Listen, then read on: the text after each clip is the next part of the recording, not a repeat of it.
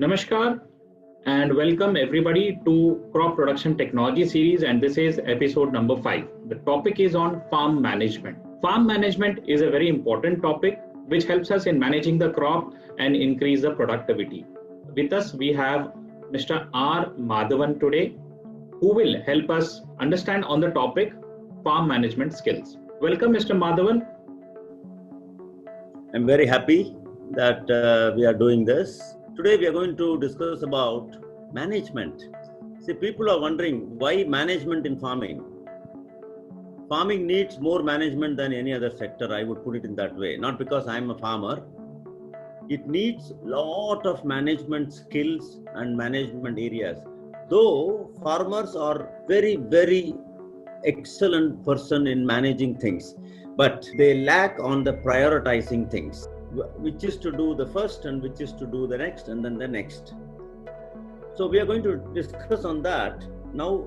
In the management part, what are all the things that we need to look at? First of all, you have to plan your schedule 1 year ahead of your planting methods. Now, how many of think, oh, how can I do that? You got to do it.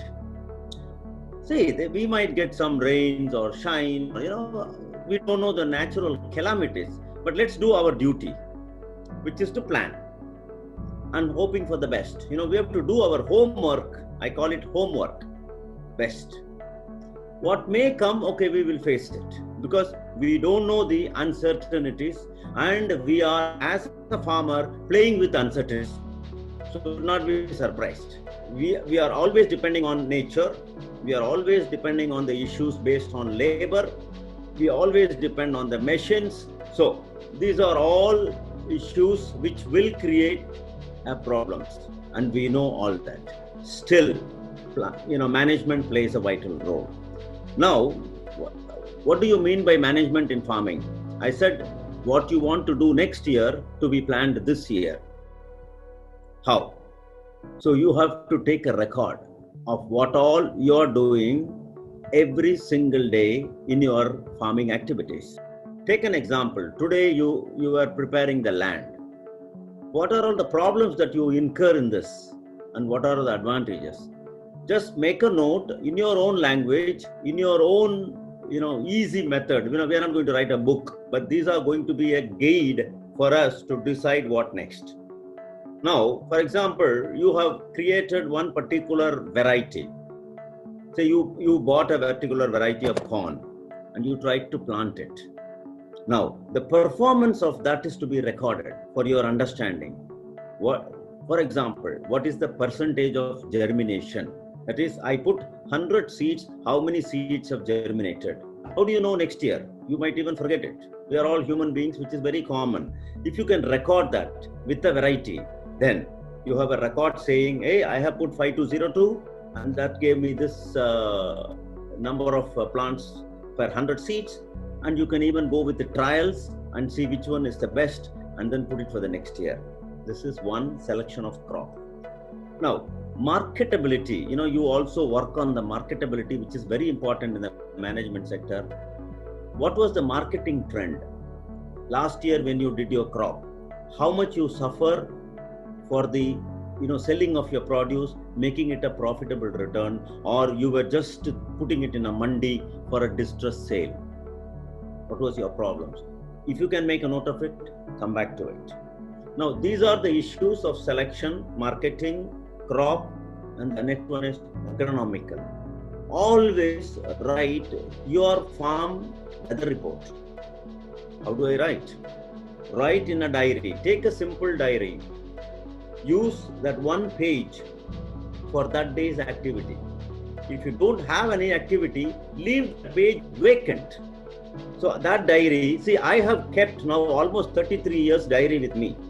At all my farms will have a diary. So there I will write, today we did nothing. Okay, fine, no problem. Nobody is going to come and arrest you for doing nothing. But still, you can even write, today it rained. Heavy rain, light rain, or medium rain.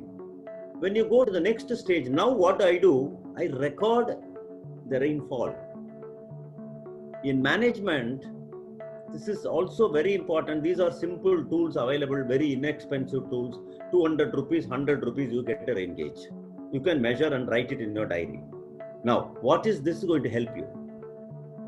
To measure your irrigation schedule. Suppose I receive 2 inches of rain.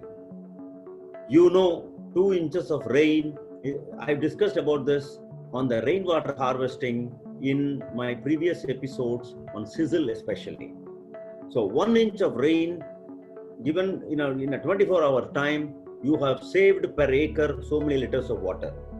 Now you know how many liters that it has gone down, whether to irrigate when. How do you decide? Based on this data. So collection of data practically should help you to fine-tune your activity in profitability. We discussed on this on the irrigation front, how it is important to plan irrigation based on need but not calendar wise. Normally farmers, unfortunately, last Sunday I irrigated, this Sunday I should irrigate. No. I mean, you eat when you are hungry, right? Not that, you have to eat every 3 hours.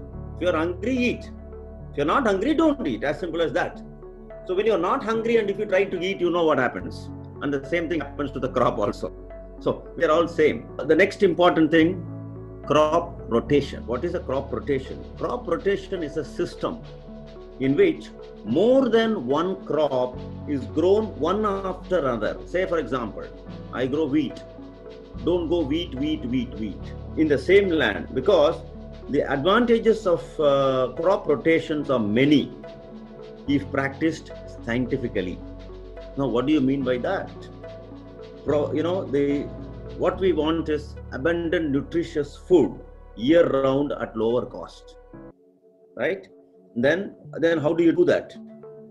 You have to have a grain crop. What are the grains? Wheat, paddy, corn, millets, all this comes under cereals, grain crops. Good. Now you have made sufficient grain. Now what do you want? You want a protein. Most Indians fall under the vegetarian category. Most of them. Okay, we talk about that then.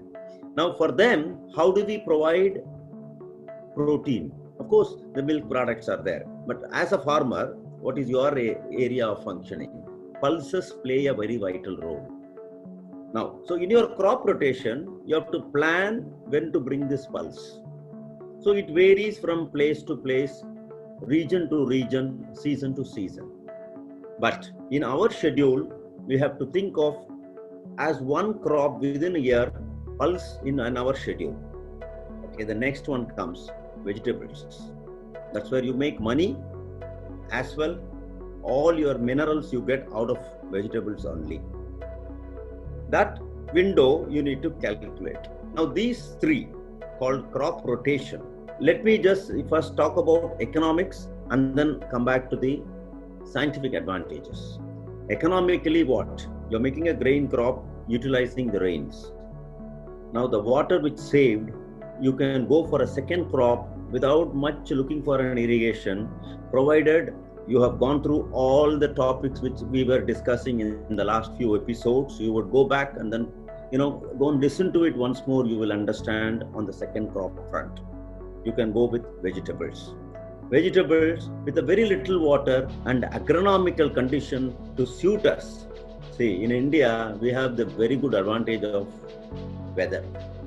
Let's, exploit, let's maximum exploit it to our advantage. Only India can do that. No other country in the world can take this advantage.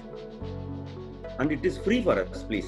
We are not going to pay anything. We are not going to pay for sun. Nobody is going to ask us to pay 1 hour sun, you pay 5 rupees. Nothing. It is free, open for you, but you have to use it properly, that's all. But whereas other countries are crying for sun, so they have to put lighting, heating.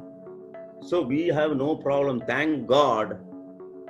God is just very kind. It is giving totally free. The light and the heat are the two major elements for any crop performance. Very vital, which you cannot get it cheaply, and we are getting it free.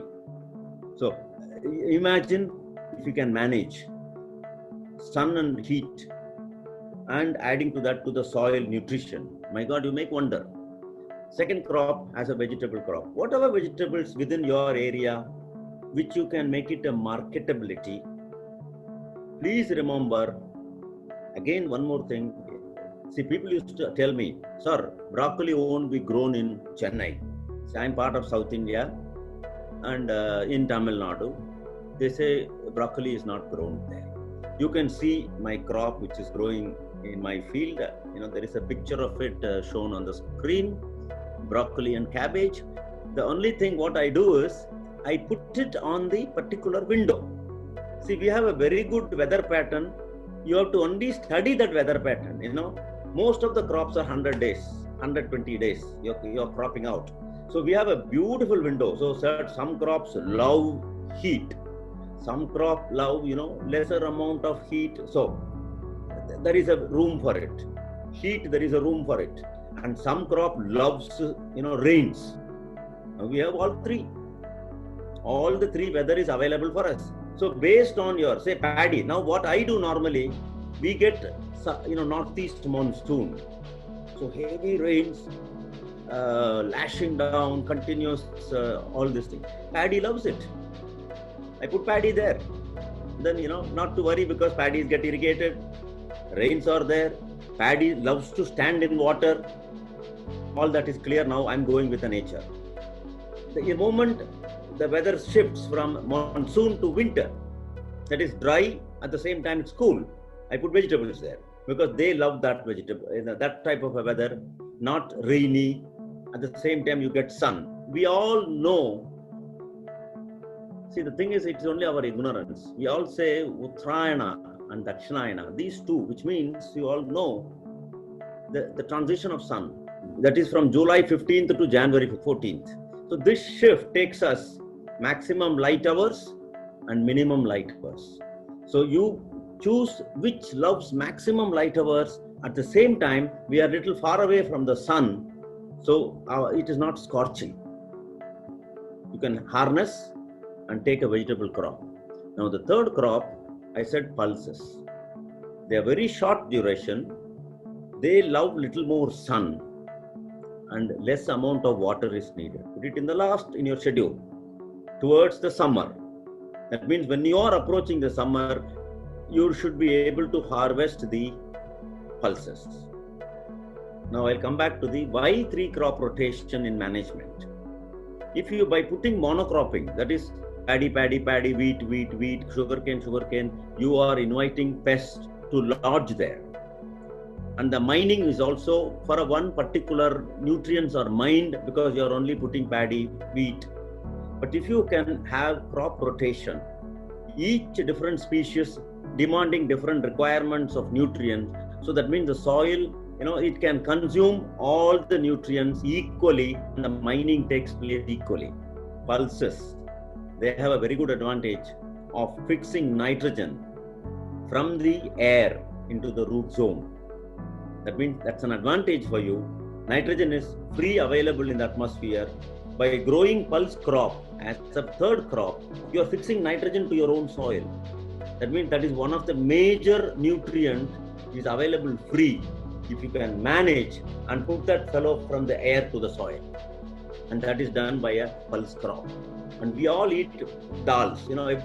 Most of Indians consume dals in any form, whether you make it sambar or you make it dal or you make it some fry. So forget about consumption, but we are eating.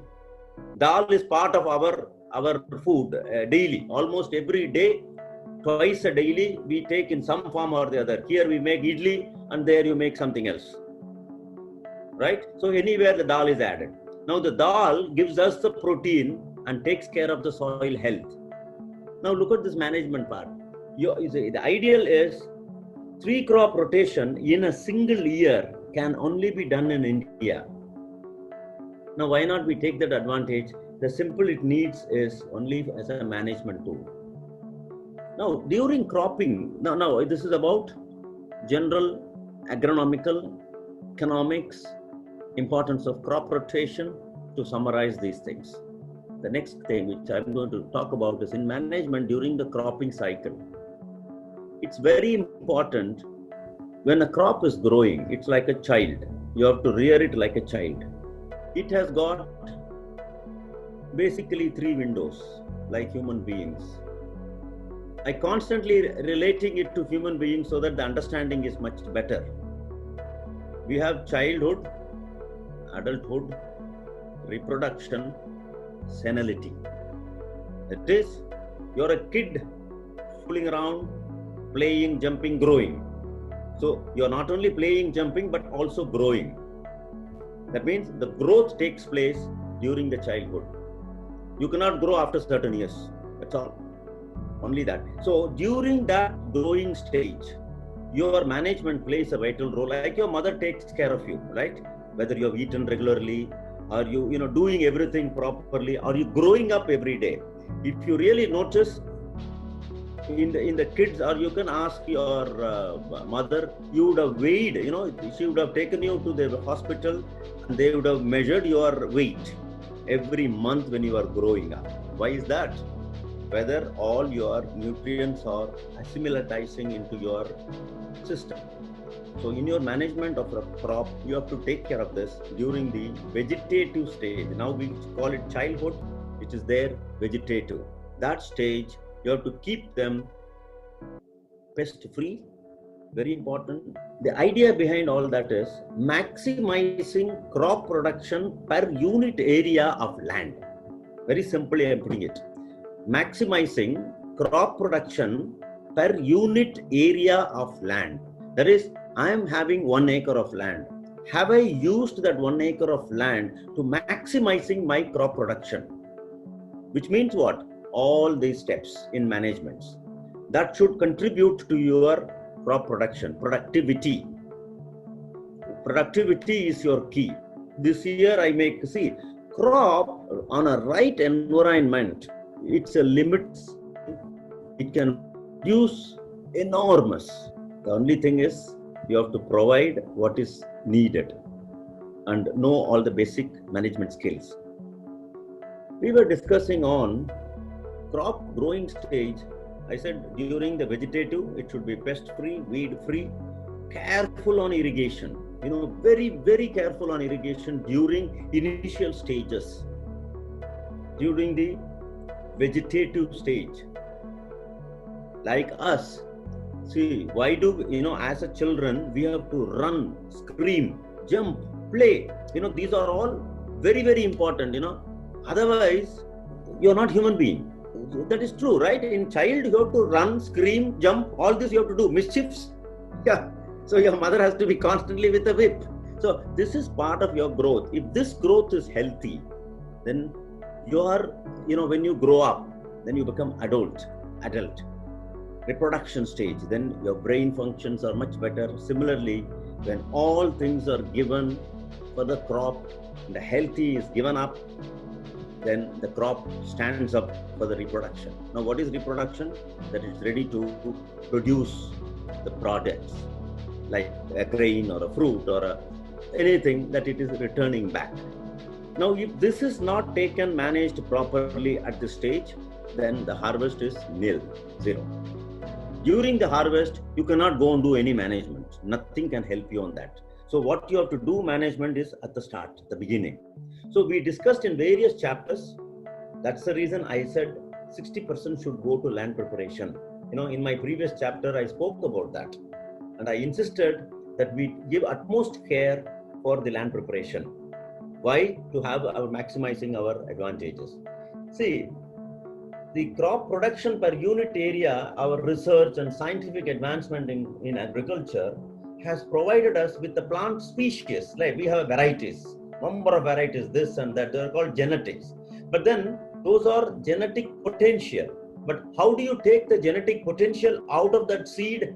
Nurturing or management. So the nurturing is what? Management. How do you manage the seed to produce? Optimizing it. 1 grain should give me what? 1,000 grains. How do I do it? How do I manage to get it? So the management skill comes here as starting from, I said, planning it and a year ahead of it. Next year, what should be your crop? Next year, what should be your variety? How you have to plan it? And what was your soil health?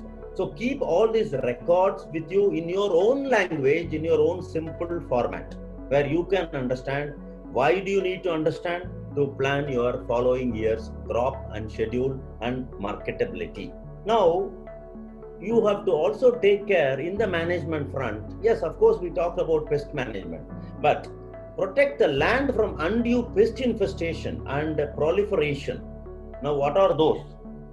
Undue pest infestation, some strange word I'm putting it, nothing. Undue pest infestation is nothing but don't have any other weeds growing all over your place, because then you are inviting pests to come and stay there. Now you see the bunds are not clean, you have not managed the bund properly. During the cropping stage, you cannot do anything. While you are cropping out, you have to only put your concentration on the crop. Nothing else you don't have time for anything else to think of. When a child is at home, mother has no time. She can't think even about herself. So it is a continuous till that child comes up to some level so that she could relax. But initially, I think it's 24/7 she has to be. When a child sleeps, you sleep. When a child gets up, you get up. So that amount of energy is needed for the crop also. Crop also performs much better and gives you much return also.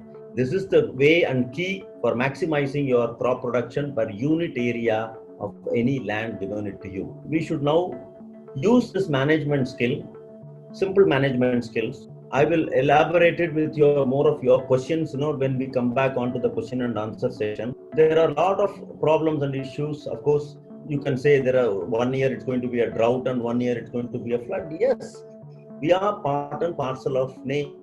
We are playing with nature. So please remember that the uncertainty is the way for a farmers. That is why I said farming needs more management than any other sector. Other sector, at least, you are certain. Okay, today band, I will close my door. You can't do that in farming. So uncertainty is part and parcel of it. And the more it is, and the more management is also needed towards your movements. Now, some of the grain crops, we come across with the problem in marketing. Now, we are not managing during the cropping stage of those grain crops. The problem is moisture. See, moisture breeds fungus, which means what? Wheat or a paddy or a sorghum or any grain crop, if the moisture is excess and you store it even for 10 days, 20 days, the quality of that deteriorates. So you have to understand and keep it in mind in management sector, my moisture should be of this value so that the grain quality remains continuously at optimum level before it goes for a processing or before it goes for a market or a mandi, for which you have to plan your harvesting schedule. People think by excess irrigation alone that your grain is going to get matured. No, that's a wrong notion. By more irrigating, you are inviting more trouble during the matured cropping stage. Crop needs maturity, which we had a very long discussion on that during grain filling and panicle stage. We call it panicle, which means flower comes out of it and the grain starts filling up. Paddy, wheat is just filling up. Those fillers takes little more moisture. It's little more stress on the crop, so you need little more moisture. From once the grains are filled, the milky stage is over. Any grain for that matter. Once the milky stage grain is over, then it is only dehydrating, that is solidifying. You reduce your irrigation schedule. Prepare, manage your crop for proper harvesting schedule. Then advantages are combiner can get in very easily. Some of my, my neighboring farmers used to, ignore this particular management segment and they can't get the combiner into these fields. Either they get, lodged or the combiner will take 10 days, 15 days to get there, or untoward rains can drop in there. So if you can manage your schedules properly, calculating the rains of last year's and expecting this year's, someday it may fail, someday it may be excess. I'm not denying that. But why don't you plan it? Why don't you work towards that direction? And see that always keeping in mind, the combiner has to get in there. So I can't have manual harvesting because it's a very drudgery job to have 20 women, killing themselves to harvest 1 acre of paddy or a wheat or a soybean or whatever that. If you can manage proper moisture level, easily the combiner can get in. Your harvesting is done in no time. So you save not only time, but also the quality of grain is saved. So these are part of management skills which you have to keep it in mind while doing it. The other important thing is maintenance comes here in management part. We all buy equipment, in a hurriedly we take a tractor, tiller, all implements, sprayers, etc., etc. Now all this, like any machine, needs maintenance. So when do we do that? In farming, we have non-cropping time. We have 2 months, 3 months in a year. When are they? It varies from place to place, but you have that 2.5 months schedule. One is excess rain, the other is severe heat.